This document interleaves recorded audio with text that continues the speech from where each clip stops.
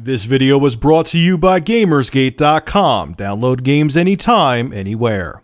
Skip it up and that up. So 87-year-old Marie Smothers was shot and killed with a bullet to the back of the head by her grandson, who was staying with her while his parents were away at school. Due to the fact that he is 8 years old, he will not be charged with a crime, because in Louisiana, if you're under the age of 10, you are not considered responsible for your actions. You cannot have a criminal case against you. So he's going to live with his parents, and it's going to be required that he have counseling. No shit. Now, this is where shit with this whole murder gets delicious. They said that the kid thought the gun was a toy, didn't realize he was actually going to kill the grandmother, which makes me question how it was so easy for him to access a gun. And on top of it, the sheriff said that they found out the kid was playing Grand Theft Auto 4 right before he shot and killed the grandmother. So guess what is going to get the blame? So I'm going to throw guilt at myself and my family here. I have a 11-year-old brother, and he has, from the age of 8 or 9, has played Left 4 Dead, Call of Duty, Far Cry 3, God, what else does he play? So many other mature rated games. He doesn't like Grand Theft Auto, though. Who was the one who bought him the game? Now, when you go buy a game, okay, I've talked about this, I don't understand why there's no, it can't be that the people in our government and law enforcement are dumb enough not to realize this. It's just they don't care, and it's a good scapegoat. But when I go buy a game, they ask you, are you buying this for you? If a kid goes to the counter, the kid's not 18, they have to ask him for the license. If he's not 18, they turn him down for a mature rated game. I, as the adult, am buying the game for a kid. There goes my phone, but I'm making a good point, so I'm not going to shut this off.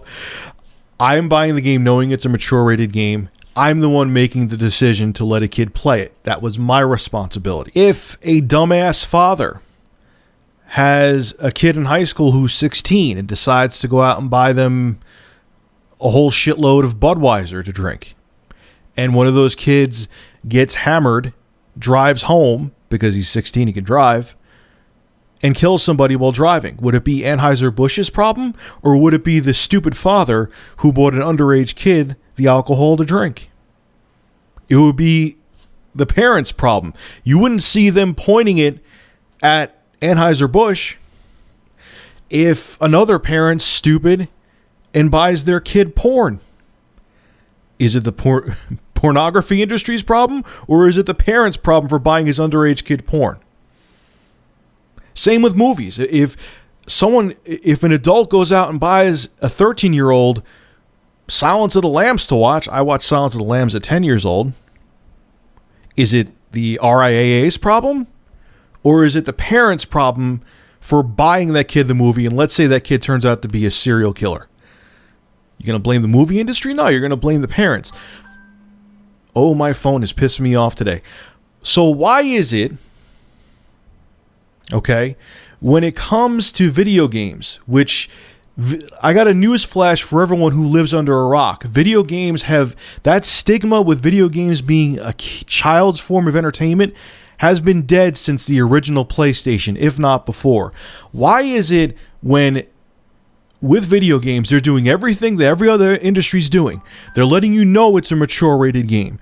They're letting you know, okay, that this game is not suitable for minors. Why is it that they're blaming, like this with this whole Louisiana murder, they actually went to Rockstar for a statement, and Rockstar said, we just make games, it's not our problem. Why is it the video game industry's problem? Why is it the publisher and developer's problem with this case when they're doing everything, they're being responsible? The GameStop's letting you know, or retailers are letting you know it's a mature rated game. Okay? They're doing the same thing. Alcohol, is for no one under 21. When you buy a movie, you're seeing that, it's rated R, rated PG-13, rated NC-17, whatever. They're letting you know. They're saying, hey, we're letting you know what content is in this movie, this video game. We're letting you know that alcohol is it's illegal for anyone under the age of 21. What you do with that information is your choice. But why with the video game industry is it different? Why with the video game industry, whenever there's a problem, whenever a parent fails to do their job, why does it become the video game industry's problem?